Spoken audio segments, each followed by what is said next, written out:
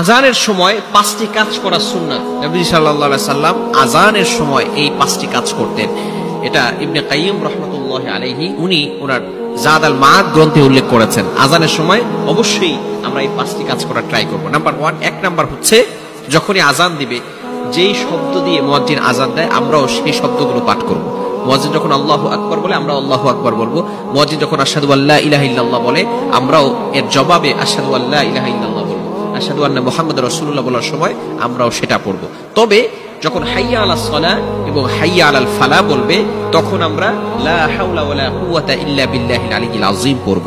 এটা হচ্ছে নাম্বার 1। এক নাম্বার সুন্নাহ হচ্ছে আজানের জবাব দেওয়া। অবশ্যই যে ব্যক্তি আজানের জবাব দিবে in the day of judgment, কিয়ামতের ময়দানে এই আজানের জবাব দেওয়াতে মুয়াজ্জিন যে সওয়াবটুকু পাবে, যে ব্যক্তি জবাব দিয়েছে সেও সেই পরিমাণ সওয়াব পাবে বলেন সুবহানাল্লাহ। এবং in the day of judgment কিয়ামতের ময়দানে আল্লাহ পাক রব্বুল আলামিন তাদেরকে পুরস্কৃত করবেন। এক নাম্বার হচ্ছে আজানের জবাব দেওয়া। নাম্বার 2, দ্বিতীয় নাম্বার হচ্ছে আজান শেষ হওয়ার সাথে সাথে কালিমায়ে শাহাদাত পাঠ করা। আশহাদু আল্লা ইলাহা ইল্লাল্লাহু ওয়াহদাহু লা শারীকা লাহু ওয়া আশহাদু আন্না মুহাম্মাদান আবদুহু ওয়া রাসূলুহু। এই কালিমায়ে শাহাদাত পাঠ করা হচ্ছে সুন্নাহ। তৃতীয় নাম্বার হচ্ছে আজানের পরে দুরূদ পড়া, এটা হচ্ছে সুন্নাহ।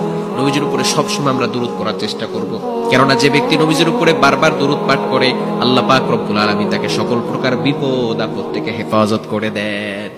এই সময়টা অবশ্যই আমরা নবী সাল্লাল্লাহু আলাইহি ওয়াসাল্লামের উপরে দুরূদ পাঠ করব। আর দুরূদ পাঠ করলে আরো একটা ফজিলত আছে, কেননা আজানের পরে দোয়া করলে আল্লাহ তাআলা সেই দোয়াটা কবুল করে নেন, অ্যাকসেপ্ট করে নেন। অনেকে আছে দোয়া কখন করবে সেই সময় পাচ্ছে না, বলে হুজুর দোয়া করছি দোয়া কবুল হচ্ছে না। আজানের পরে হাদিসের ভিতরে আছে, তিরমিজি শরীফের হাদিস, আদ-দুআ লা ইউরাদ্দু বাইনাল আযানি ওয়াল ইকামা, আযান এবং ইকামতের মাঝখানে যে দোয়া করা হয় সেই দোয়া আল্লাহ তাআলা ফিরিয়ে দেয় না। এজন্য অবশ্যই আযানের পরে ইকামতের আগে আমরা দোয়া করব, নিজের জন্য দোয়া করব, পরিবারের জন্য দোয়া করব, পিতামাতার জন্য দোয়া করব, উস্তাদদের জন্য দোয়া করব, সংসারের জন্য দোয়া করব, বিপদ আপদ থেকে বাঁচার জন্য আল্লাহর কাছে দোয়া করব, সকলের জন্য দোয়া করব। তাহলে আল্লাহ পাক রব্বুল আলামিন অন্যের জন্য দোয়া করলে সেই দোয়াটা তাড়াতাড়ি অ্যাকসেপ্ট করেন, কবুল করেন। আমরা শুধু নিজের জন্য দোয়া চাই, আল্লাহ আমাকে এটা দাও, আমাকে ওটা দাও, আমাকে সেটা দাও, কিন্তু অন্যের জন্য দোয়া করলে যে আল্লাহ তাআলা সেই দোয়াটা তাড়াতাড়ি অ্যাকসেপ্ট করে নেন এটা আমরা অনেকে জানি না। এজন্য অবশ্যই আজানের পর আমরা দোয়া করব। যার যে বিপদ আছে বিপদ থেকে বাঁচার জন্য আল্লাহর কাছে দোয়া করব। অনেকে বিপদে পড়ে আছে, পেরেশানিতে অবস্থায় আছে, মেয়ের বিয়ে হচ্ছে না, সন্তান কথা শুনে না, কঠিন বিপদে আছে, ঘরের ভিতরে খাবার নাই, অভাবে পড়ে আছে। যতই বিপদ থাকুক না কেন সকল বিপদ আপদ থেকে মুক্তির জন্য একজন আছেন, তিনি কে? যিনি আমাদেরকে সকল বিপদ আপদ থেকে হেফাজত করতে পারেন।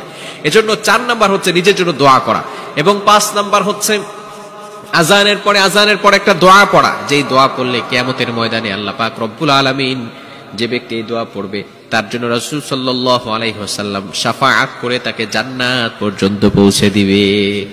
আল্লাহুম্মা রাব্ব হাযিহিদ দাওয়াতিত তাম্মা ওয়াস সালাতিল কাইমা আতি মুহাম্মাদানিল ওয়াসিলাতা ওয়াল ফাদিলা ওয়াদ দারাজাতার রাফিআ وابعثه مقاما محمودا الذي وعدته انك لا تخلف الميعاد। কিছু রিওয়ায়াতে এর থেকে একটু কমও আছে।